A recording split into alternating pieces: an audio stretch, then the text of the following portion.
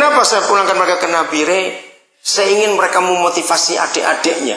Lalu mereka memberi laporan kepada guru-guru, kepada pengasuh asrama. Apa yang mereka dapatkan 2 semester kuliah. Saudara, waktu mereka buat pertemuan dan kami hadir. Jadi mereka yang buat. Mereka saksi. Saudara, maaf ya, lagi sekali jangan marah. Tapi roh itu yang sudah saya ketahui. Di Jawa, di Makassar, hampir semua tempat sama. Para pemilik kos itu akan keberatan kalau yang kos itu anak Papua. Maafkan saya. Tapi ini fakta. Kenapa? Karena kita yang dari Papua sudah dikenal bikin onar, mabuk di kos, bikin kacau. Mengerikan. Nah, ketika anak-anak ini pulang setelah semester 2 berakhir, mereka itu saksi, saudara. Ketika mereka cari kos, baik di Jogja maupun Salatiga, maka muncullah kata-kata di antara para pemilik kos. Wah, ternyata ada Papua yang lain ya. Ngerti kata itu? Anak-anak ini dihargai dan dihormati sebagai anak Papua yang luar biasa. Salah satu namanya Stefanus Yogi. Dia kemenakan langsung dari Bupati Paniai. Tapi anak ini sudah yatim piatu. Saudara, ketika dia di semester 2, tapi saya larang, dia lapor kepada saya. Tapi saya dipilih menjadi ketua Ikatan Mahasiswa Pegunungan Tengah se-Jawa dan Bali. Saya bilang, Stefanus, papi nggak setuju. Kenapa? Kamu baru semester 2 belum selesai. Kesibukanmu akan tersita. Terus saya tanya, bagaimana kamu yang muda baru semester 2 belum selesai sudah dipilih? Saudara, saya tahu jawabannya. Tuhan yang dipermuliakan. Karena mereka melihat saya beda dengan yang lain. Ini anak aniai. Saudara, salah satu anak kami namanya Octavianus Pogal. Dia dari suku Moni. Baru lulus SMA, ini generasi.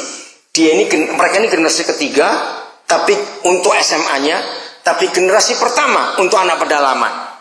Ya, ini tahun 97, 4 Agustus 97, kami mulai buka TK di Sukapa. Dan ini anak pertama, generasi pertama.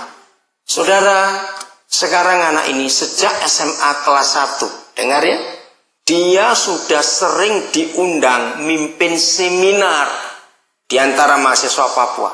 Jadi dari Nabire dia sering dapat tiket gerak terbang ke Jogja, ke Surabaya, ke Makassar, ke Jakarta untuk mimpin seminar di antara anak-anak Papua sejak 1 SMA. Pak Bas pernah memberi dia penghargaan khusus, Pak Gubernur, karena tulisannya bagus. Dia ini sudah nulis di sekian puluh media cetak di Papua maupun di Jawa. Mereka minta tulisan. Anak ini pintar sekali, anak pedalaman. Saudara, dia sudah yatim piatu juga. Bahkan selama di asrama, sejak dia masuk asrama di Nabire tahun 99-98, dia nggak pernah ketemu orang tuanya sampai dua-duanya meninggal. Itulah keadaan Papua. Banyak yang meninggal muda.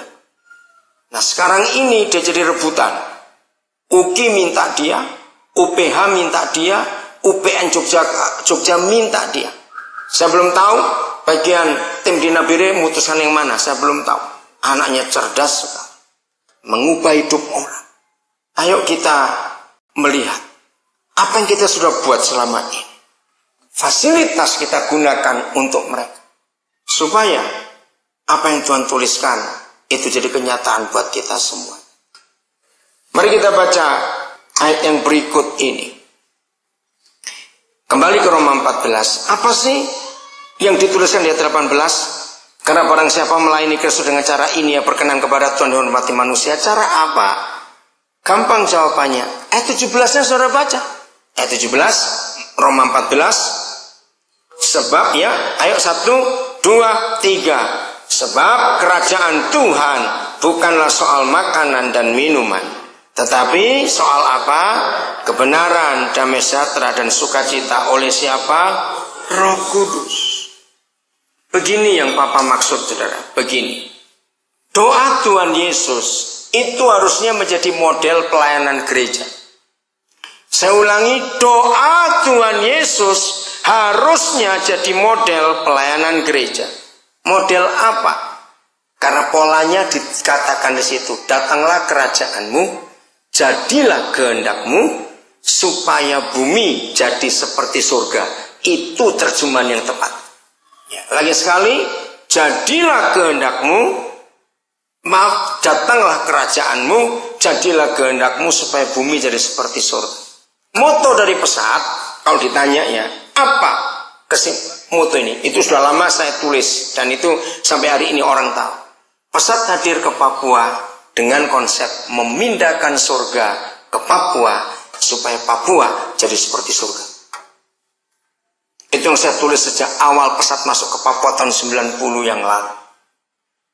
Saudara, jadi tugas gereja itu bukan membangun gedung dan membuat ibadah saja, tapi tugas gereja yang paling utama adalah memindahkan surga ke bumi. Amin. Karena itu doa Yesus, datanglah kerajaanmu. Itu bukan cuma kita minta kerajaannya datang, tapi kita yang memindahkan. Nah, seperti orang pindah rumah. Coba renungkan, semiskin-miskinnya orang, kalau pindah rumah itu susah atau gampang? Ayo coba jawab, semiskin-miskinnya orang, susah atau gampang kalau pindah rumah? Susah. Karena apa? Harus tahu jumlah barangnya dan jenis barangnya. Nah, ketika Roh Kudus mengajar saya tahun 70-an yang lalu, maka itu kenapa konsep saya melayani sangat beda dengan banyak pendeta yang ada. Maaf, jangan saudara tersinggung, tapi saya harus ngomong. Mengapa semua pendeta kalau pelayanan langsung mikir lokasi dulu atau sewa gedung dulu untuk ibadah? Kalau saya tidak. Karena saya pakai konsep ini. Kemanapun saya pergi dalam pelayanan, saya nggak sibuk dengan fasilitas atau gedung. Yang penting tugas saya adalah memindahkan surga ke bumi. Nah, kalau untuk memindahkan sebuah rumah atau rumah, maka yang penting tahu dulu isinya apa. Nah, ketika saya tanya, Bapak, lalu barang-barang surga yang harus saya pindahkan itu apa? Ternyata hanya satu ayat yang mengatakan surga itu isinya apa? Ya, Roma 14 ayat 17. Isinya apa surga tadi? Berapa benda? Ada berapa benda? Cuma 3. Apa pertama? Kebenaran. 2 apa? Damai sejahtera. 3 apa? Sukacita. Semuanya harus oleh Roh Kudus. Saya kaget betapa jahat dan kurang ajarnya gereja. Renungkan kalimat ini supaya kita bertobat hari ini. Terlalu enggak kita ini, saudara, sebagai yang namanya hamba Tuhan, namanya orang Kristen, namanya aktivis pelayan gereja, pelayan Kristus, bohong. Kalau diperintahkan oleh yang punya surga, pindahkan surga ke bumi, dan kita sudah tahu isinya cuma 3 barang saja. Enggak repot, kebenaran, damai sejahtera, sukacita. Jahat enggak? 2000 tahun mindahkan 3 barang enggak selesai-selesai. Lo sadar tidak, saudara? Coba jawab, kurang ajar enggak? Tiap bulan kita minta gaji dari surga. Penipu semua kita ini. Cuma mindahkan 3 barang saja enggak selesai-selesai. 2000 tahun. Padahal dari 3 itu cuma 2 tugas kita. Yang satu bukan. Kebenaran itu nggak perlu kita apa-apakan. Karena kebenaran adalah Yesus dan firman itu. Jadi kebenaran sudah ada. Sampaikan saja firman. Jadi tugas kita tinggal 2. Membuat orang hidup dalam damai sejahtera dan sukacita. Jadi kalau saya melayani, saya nggak mau sibuk yang lain. Pokoknya saya buat orang itu hidup dalam damai sejahtera, sukacita. Urusan yang lain nanti. Maka itu bagi yang kenal saya sudah lama, itu motivasi saya melayani. Saya selalu ingin membahagiakan orang. Saya selalu ingin membahagiakan orang. Dan Papa berkati terus sampai hari ini gak pernah berhenti. Saya mau cerita yang terakhir dalam minggu ini.